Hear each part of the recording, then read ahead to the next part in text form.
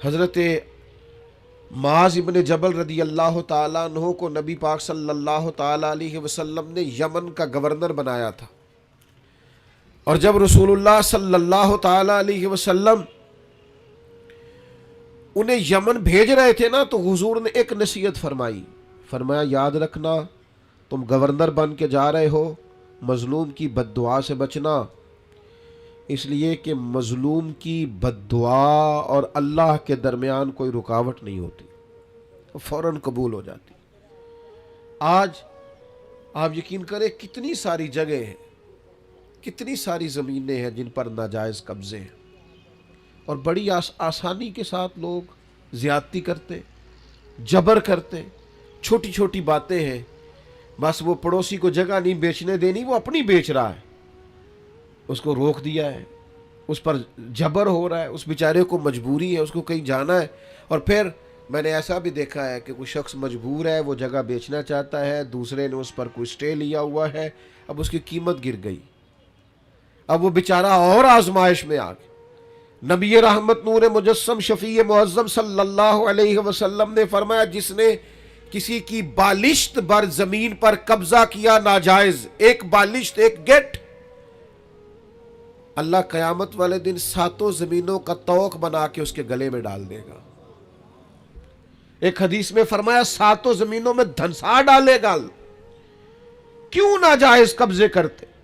انسان کے لیے صرف 2 گز زمین کی ضرورت ہے، جس کا وہ اصل مالک ہوتا ہے قیامت تک، جس میں رہنا ہے۔ لیکن ہمارے ہاں چھوٹی چھوٹی چیزوں پر لوگ ایک دوسرے کا ساتھ زیادتی کرتے ہیں۔ اور بھائیوں، اگر بادشاہ چاہتے ہیں نا ان کے محل سلامت رہے، تو وہ کوشش کرے کسی کی جھونپڑی کو تکلیف نہ دے۔ اگر وہ چاہتے ہیں نا ان کے بڑے بڑے مینار قائم رہیں، تو وہ کبھی بھی کسی غریب کی کٹیا گرانے کا خیال اپنے دل سے نکال دے۔ اگرچہ تم بڑے بنگلوں میں بستے ہو، لیکن ہو سکتا ہے کسی غریب کی دعا کی برکت سے ہی اللہ نے تمہیں کشادہ گھر دے رکھا ہو سکتا ہے کسی مسکین نے جو تمہارے گھر سے لقمہ کھا کے تمہارے لیے ہاتھ اٹھائے ہو، اس کی برکت سے اللہ نے تمہیں یہ سعادت دے رکھی ہو۔ تو بھائی ظلم نہیں، زیادتی نہیں۔ نبی پاک صلی اللہ تعالیٰ علیہ وسلم نے ارشاد فرمایا کہ رب فرماتا ہے 3 طرح کے لوگ ایسے ہیں قیامت کے دن میں، اللہ فرماتا ہے میں ان کے خلاف کھڑا ہوں گا، میں ان لوگوں کا مخالف ہوں گا، اور 3 طرح کے لوگ ایسے ہیں میں ان کا وکیل بنوں گا۔ یہ حدیث صحیح بخاری میں موجود ہے۔ اللہ فرماتا ہے جس نے میرے نام پر وعدہ کیا اور پھر وعدہ خلافی کی، میں اس کا فریق بنوں گا، اس سے پوچھوں گا۔ اور جس نے کسی آزاد کو بیچ کر قیمت کھا لی، غلام بنا ڈالا، قیامت میں اس کا فریق بنوں گا۔ سننا، نبی کریم علیہ السلام نے فرمایا، صحیح بخاری میں موجود ہے، رب فرماتا ہے جس نے کسی کو مزدوری پہ رکھا، پھر مزدور سے کام تو پورا لیا لیکن مزدوری نہ دی، اللہ فرماتا ہے میں قیامت میں اس کا فریق بنوں گا۔ آپ یقین کریں مجھے مکے اور مدینے میں لوگ تڑپتے اور روتے ہوئے ملے ہیں کہ حضرت صاحب محنت کی ہے، مزدوری کی ہے، پر مالک نے پیسے نہیں دیے، تنخواہیں کھا گیا، گھر چھوڑا ہے، بچے چھوڑے ہیں، پردیس میں بیٹھے، لیکن لوگ سمجھتے ہی نہیں۔ جہاں بھاگ جا جگہ سے ملتے ہیں لے لے، ہاں ملتے ہیں، کیوں نہیں ملتے، یہ ملیں گے۔ انما یؤخرہم لیوم تشخص فیہ الابصار، یہ تمہیں قیامت میں دینے ہیں۔ تم نے کہا جاؤ جہاں سے ملتے ہیں لے لو، ملتے ہیں، رب دیتا ہے اور اپنے فضل سے دیتا ہے، اور وہ دے گا، اور تم دیکھو گے تمہیں دینے پڑیں گے۔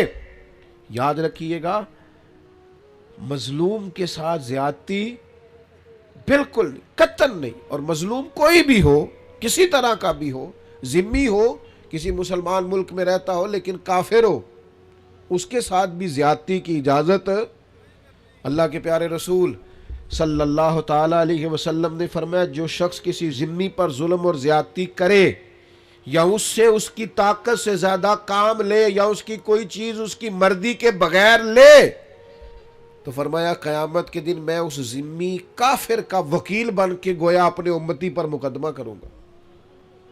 کیوں زیادتی کی تم نے؟ کیوں ظلم کیا؟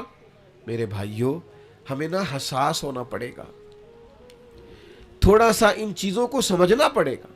ہمارے گھروں میں بڑی زیادتیاں ہوتی ہیں، ہم چپ رہتے ہیں، آپ نے ناراض نہیں ہونا، بعض جگہ پہ ساس زیادتی کر رہی ہوتی ہے، سسر صاحب اپنی عزت بچائے بیٹھے، یہ زیادتی ہو رہی ہے اور تیرے سامنے ہو رہی، اور تو اس لیے دانت دبائے بیٹھا ہے کہ تو اگر بولے گا تو پھر تیرے بارے میں بھی بات ہو جائے گی، اپنا دفاع کرتے کرتے ظلم کو دیکھتا جا رہا ہے۔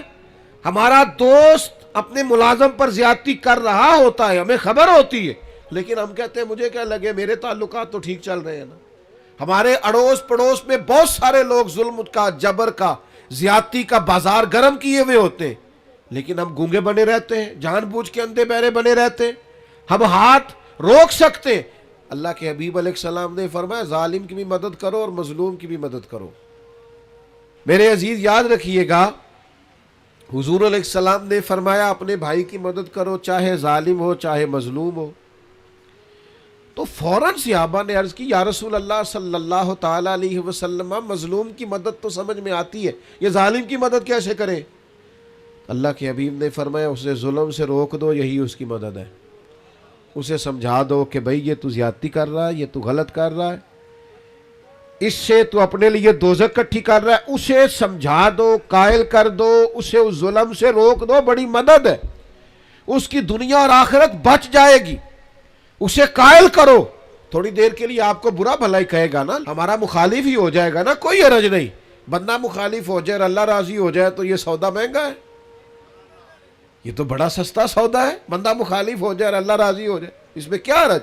اس لیے مدد کریں اور خوب مدد کریں۔ میں آپ کی خدمت میں عرض کروں، یہ جو ظلم ہوتا ہے نا، یہ بھولتا نہیں، تھوڑی سی بھی زیادتی کسی کے ساتھ ہونا تو اس بندے کو بھولتی یاد رہتی۔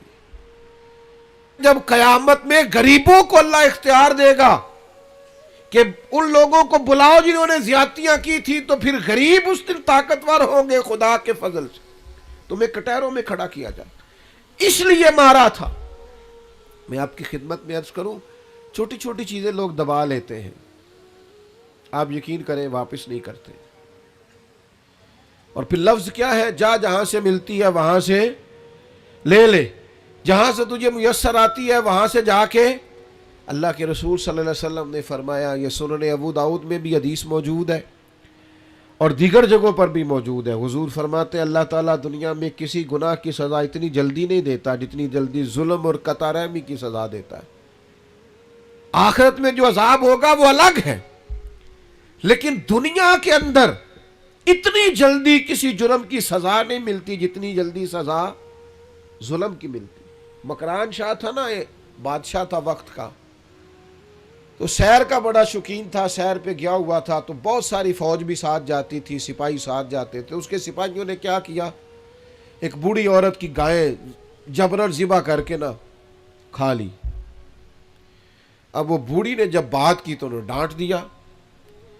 جس دن بادشاہ نے واپس جانا تھا، کسی طریقے سے ایک پل تھا، دریا کے اوپر سے گزرتا تھا، دریا کے اس پار جنگل تھا جہاں کچی بستیاں تھیں، وہاں اس بوڑھی کی گائے ذبح کر کے وہ کھا گئے۔ تو بادشاہ جب پل سے گزر رہا تھا نا، تو بوڑھی پل کے اندر کہیں چھپ کے بیٹھ گئی۔ جب بادشاہ کی سواری گزری نا تو بھاگ کے آ کے اس نے گھوڑے کی لگام تھام لی، کہنے لگی مکران شاہ ٹھہر جا، رک ذرا، میرے اوپر ظلم کر کے ایسے جا رہے تو؟ بادشاہ کہتا ہے بڑا طاقتور تھا، لیکن بوڑھی نے جملہ کہا، چکرا کے زمین پہ گرا اور تڑپ گیا بادشاہ وقت۔ بوڑھی کہنے لگی میں بیوہ بے اولاد ہوں، تیرے سپاہی میری گائیں ظلمن جبرن ذبح کر کے کھا گئے ہیں، اس پل پر چھپ کے بیٹھی تھی، میں نے بڑی مشکل سے تیرا گھوڑا روکا ہے، لگام تھامی ہے، بس ایک سوال کا جواب دے کہ میری گائے کا حساب اس پل پہ دینا ہے کہ پل صراط پہ دینا ہے، ابھی فیصلہ کر، یہاں دینا یا وہاں۔ بادشاہ چکرا کے زمین پہ گرا، رویا، کہنے لگا نہیں میں پل صراط پہ حساب نہیں دے سکتا، تو یہی حساب لے لے، وہ مشکل ہے، بلاؤ سپاہیوں کو، او بھائیو حساب تو دینا ہے، آج کے پل پہ نہ دو گے تو پل صراط۔ اور ایک اور بہت بڑا ظلم ہم کرتے ہیں، زمین پہ قبضہ، مال پہ قبضہ، عزتوں پہ حملہ. راز نہ ہونا. ہمیں عادت ہو گئی ہے غیبت کرنے کی. میں ایک جگہ پہ گیا ہوا تھا تو ایک صاحب مجھے کہنے لگے جی یہ جس مسجد میں آپ آئے ہیں نا، اس مسجد کے مولوی صاحب اور کمیٹی کے ساتھ مل کے بڑے پیسے کھا گئے مسجد کے.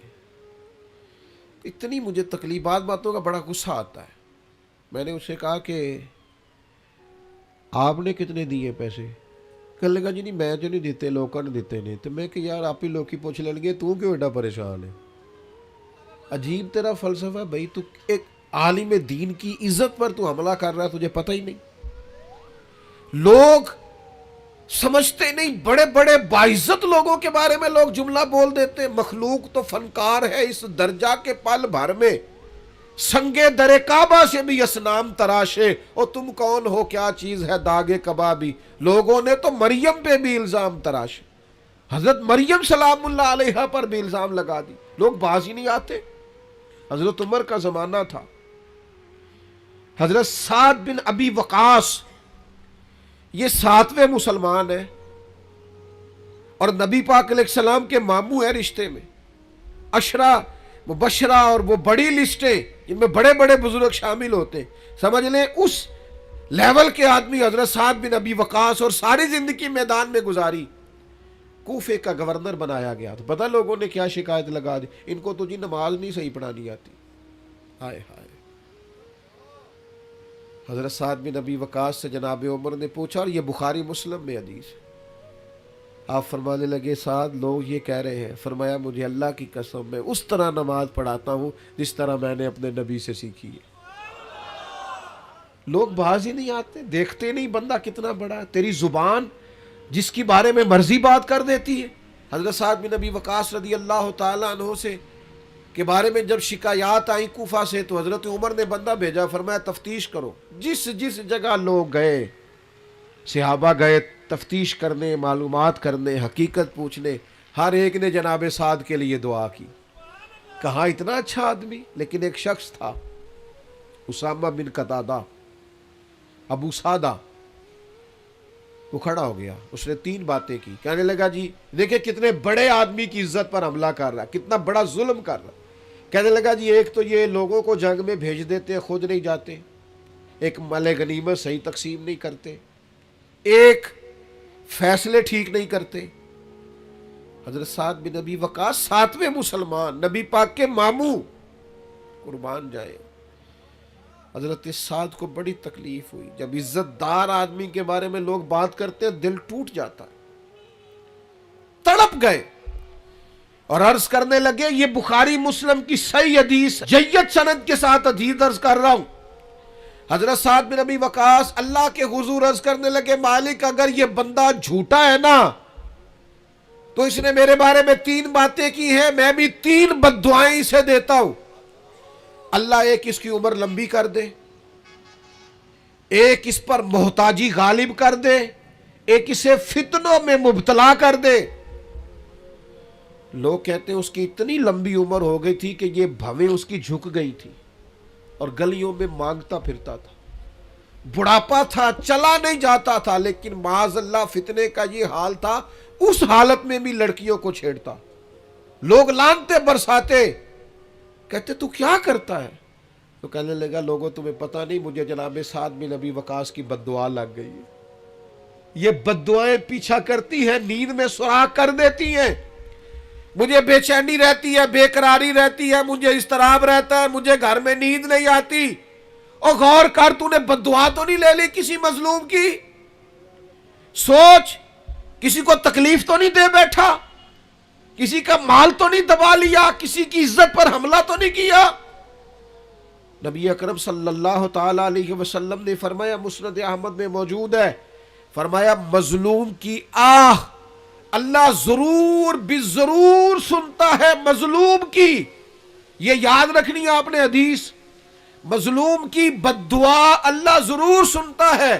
اگرچہ مظلوم فاسق فاجر ہو، اگرچہ مظلوم کافر ہو، اس کے کفر کا وبال اس پر، اس کے گناہ کا وبال اس پر، لیکن اگر کسی بندے نے اس پر ظلم کیا تو اللہ اس کی بات کو ضرور سنے.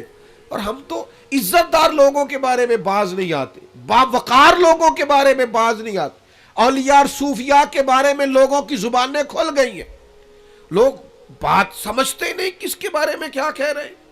میں آپ کو یقین کے ساتھ کہتا ہوں، پہلے ہم یہ کبھی سنا کرتے تھے اور یہ ہمارے تجربے تھے، باتیں گزری تو ہمیں سمجھ آئی، تجربے سے گزری تو سمجھ آئی کہ تلوار کے زخم بھر جاتے ہیں، زبان کے زخم بھرتے نہیں۔ او میرے دوستو، کسی کو کوئی تھپڑ مارتا ہے تو وہ درد چند لمحوں کے لیے ہے، لیکن کسی کو گالی دیتے ہو تو وہ زخم بھرتا۔ اور اگر اپنے کسی پیارے کے بارے میں بیٹھ کے کہیں غیبت کرتے ہو نا، میں نے ایک دفعہ اپنے ایک دوست کے بارے میں اس کی غیر موجودگی میں کہا تھا، میں نے کہا یار ساری دنیا بات کر لیتی، تو نہ کرتا، تجھ سے شکوہ نہیں بے وفائی کا، پر تجھ سے امید بہت زیادہ تھی، تیرا تو پیار تھا، تیرا بنتا نہیں تھا، تجھے نہیں چاہیے تھا۔ اور پھر آپ ایک بات آپ کو بتاؤں، جن کے پاس بیٹھ کے ہم غیبتیں کرتے ہیں نا، یہ سگے نہیں ہوتے، یہ فوراً جا کے سناتے، اور آدھی بات آپ نے کی ہوتی ہے، باقی آدھی ان کے پاس ہوتی ہے، اور کچھ لوگوں کو چسکا لگا ہوتا ہے لوگوں کی عزتوں پہ ہاتھ ڈالنے کا، یہ کام کبھی نہ کریں، اور لوگ کر دیتے ہیں۔ میں نے اپنی زندگی میں دیکھا ہے ایسے واقعات۔ ایک بات آپ مجھے بتائیے، اتنا بڑا مجمع ہے، ہوتا حد نگاہ دوست ہی دوست ہے، مجھے بتاؤ ہزاروں میں آپ لوگ ہیں، یہاں آج کسی بزرگ آدمی کے بارے میں، اسکول ٹیچر کے بارے میں، پروفیسر کے بارے میں، عالم کے بارے میں کوئی عورت اٹھ کے کہہ دے کہ اس نے میرے ساتھ 10 درازی کی ہے، تو لوگ تفصیل پوچھیں گے جا کے اس بندے سے کہ تو نے کیا کہ نہیں، کس کی مانی جاتی ہے؟ کوئی تفصیل ہی نہیں پوچھتا، کوئی کسی طرف جاتا ہی نہیں، کوئی وضاحت ہی نہیں لیتا، بات گھوم جاتی ہے۔ اور آپ میں 99 خوبیاں ہوں، اس کی تشہیر نہیں کرتے لوگ، لیکن ایک خامی ہو تو زیادتی کرتے، جگہ جگہ بات کو گھماتے، اور باتوں کا وجود نہیں ہوتا، وہ باتیں عام کر دیتے۔ حضرت سعید بن زید عشرہ مبشرہ صحابی ہے، حضرت عمر کے بہنوئی ہیں، یہ وہی حضرت سعید بن زید ہے جن کو حضرت عمر نے بڑا مارا تھا کلمہ پڑھنے پر، پھر انہوں نے کہا کیا تجھے بھی لے جائے، صحیح حدیث میں موجود ہے بخاری مسلم میں۔